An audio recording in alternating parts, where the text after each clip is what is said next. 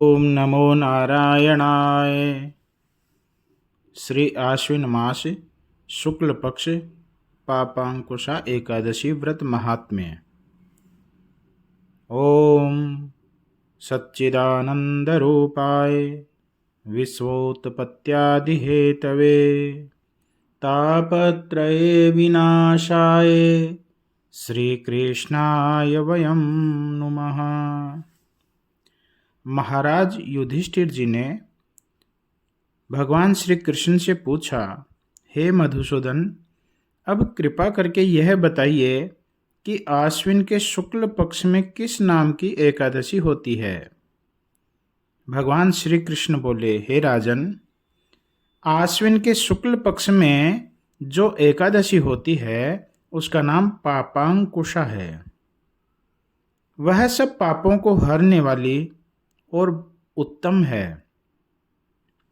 उस दिन संपूर्ण मनोरथ की प्राप्ति के लिए मनुष्यों को स्वर्ग और मोक्ष प्रदान करने वाले पद्मनाभ संज्ञक भगवान वासुदेव का पूजन करना चाहिए।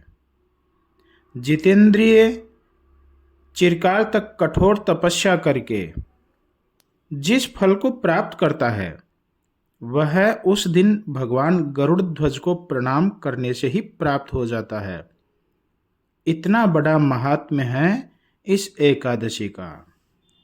पृथ्वी पर जितने तीर्थ और पवित्र देवालय हैं उन सब के सेवन का फल भगवान विष्णु के नाम संकीर्तन मात्र से मनुष्य प्राप्त कर लेता है।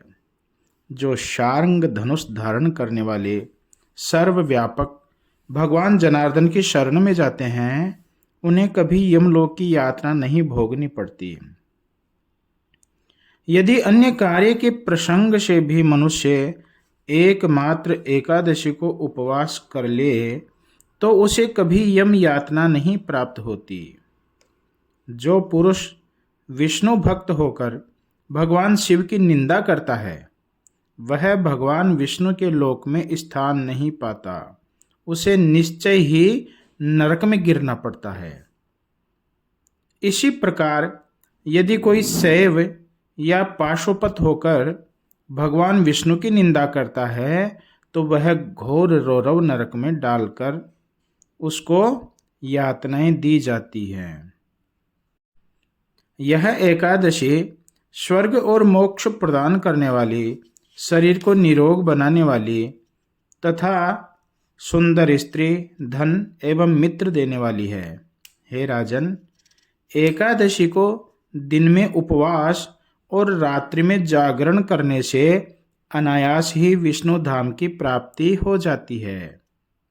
वह पुरुष मातृपक्ष की 10, पिता के पक्ष की 10 तथा स्त्री के पक्ष की भी 10 पीढ़ियों का उद्धार कर देता है। एकादशी व्रत करने वाले मनुष्य दिव्य रूपधारी, चतुर्भुज, गरुड़ की ध्वजा से युक्त, हार से सुशोभित और पीतांबरधारी होकर भगवान विष्णु के परम धाम को जाते हैं। आश्विन के शुक्ल पक्ष में पापांकुशा एकादशी का व्रत करने मात्र से ही मानव जब पापों से मुक्त हो श्री हरि के लोक में जाता है।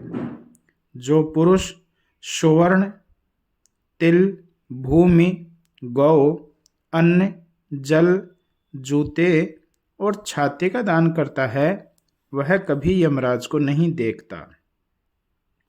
नृपश्रेष्ठ, दरिद्र पुरुष को भी चाहिए कि वह यथाशक्ति स्नान, दान आदि क्रिया करके अपने प्रत्येक दिन को सफल बनावे।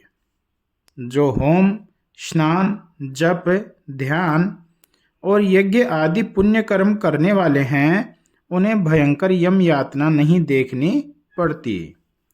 लोक में जो मानव दीर्घायु, धनाढ्य, कुलीन और निरोग देखे जाते हैं वे पहले के पुण्यात्मा हैं। पुण्यकर्ता पुरुष ऐसे ही देखे जाते हैं। इस विषय में अधिक कहने से क्या लाभ। मनुष्य पाप से दुर्गति में पड़ते हैं और धर्म से स्वर्ग में जाते हैं। राजन, तुमने मुझसे जो पूछा था उसके अनुसार पापांकुशा का महात्म्य मैंने वर्णन किया।